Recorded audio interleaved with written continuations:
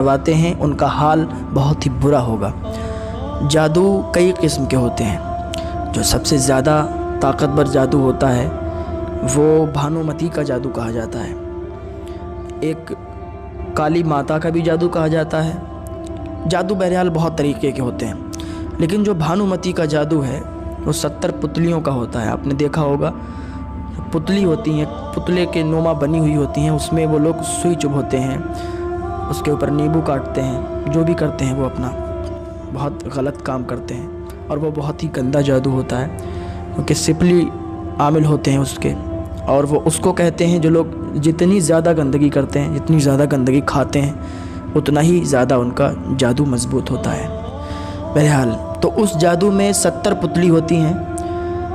उसका इतना पावर होता है कि जो भानुमती का जादू है उसमें 70 पुतलियों का ये राज है कि अगर यहाँ बैठकर और वो कहीं का भी जादू करे तो वो कर सकता है, किसी पर भी कर सकता है। लेकिन उसके लिए शर्त ये है या तो नाखून हो, या तो बाल मिल जाएं, या तो जिस पर कर रहा है उससे रिलेशन में जो भी चीज़ है कुछ ना कुछ मिल जाए। ये तो हो गया भानुमती का जादू।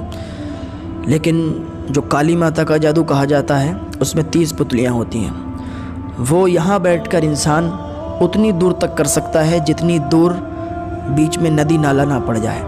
अगर बीच में नदी नाला पड़ गया तो वो जादू वहाँ तक ख़त्म हो जाएगा, वो वहीं तक महदूद रहता है। भानुमती का जादू वो नदी नालों से भी पार कर जाता है, आगे तक जहाँ तक कर सकता है, जहाँ का इंसान होगा, मतलब जिस पर चाहे कर सकता है। अब जो आप पर जादू किया हुआ है, आप कहते हैं कि मैं फ़लाँ के पास गया, तो देखिए हर आमिल से मत मिलिए और हर आमिल के पास मत जाइए, क्योंकि मैंने बहुत पहले भी बताया था कि हर आमिल एक जैसा नहीं होता है।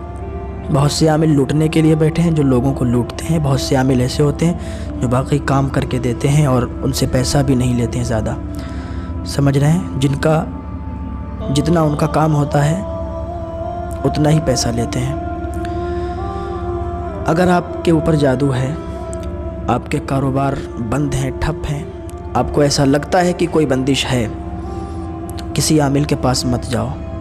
सबसे पहले आप नमाज के आदी बन जाओ, 5 टाइम की नमाज़ पढ़ने लगो। जब नमाज पंजगाना आप अदा करने लगो, एक वजीफ़ा कर लेना। इतना आसान वजीफ़ा है और इतना ताकतवर वजीफ़ा है कि अगर उस वजीफ़े को आपने कर लिया तो किसी आमिल के पास जाने की ज़रूरत नहीं होगी।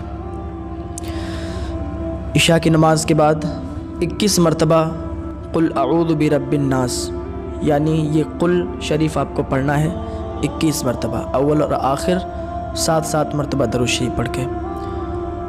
दूसरी चीज़ ये है कि फिर 100 मरतबा अस्तग़फिरुल्लाह ताला रब्बी मिन कुल्ली ज़ंबिन व अतूबु इलैहि, ये वजीफ़ा करना है। इसको भी 7-7 मरतबा अव्वल और आखिर दरूद शरीफ पढ़ना है। ये 2 वजीफ़े हैं इशा की नमाज के बाद करो। अगर आपको लगता है कि आपके घर में जादू है, आपके घर में कोई दिक्कत है और उसकी वजह से हमारे कारोबार ठप हैं, रिश्ते नहीं आ रहे हैं, ये जो भी दिक्कत है, ये वजीफ़े 2 वजीफ़े करो। 40 दिन या 41 दिन ये वजीफ़े आप करो। इंशाअल्लाह अल्लाह रब्बुल इज़्ज़त की जानिब से आपको मदद मिलेगी और शिफा हासिल होगी। इनको पढ़ने के बाद अपने ऊपर दम करो और अपने घर वालों पर दम कर दो। और अगर पानी आपके पास हो तो पानी पर दम करके वो पानी रख लो और वो पानी अपने घर वालों को और अपने आप पी लो। इंशाअल्लाह अल्लाह रब्बुल इज़्ज़त की जानिब से आपकी मदद होगी और आपको शिफा हासिल होगी।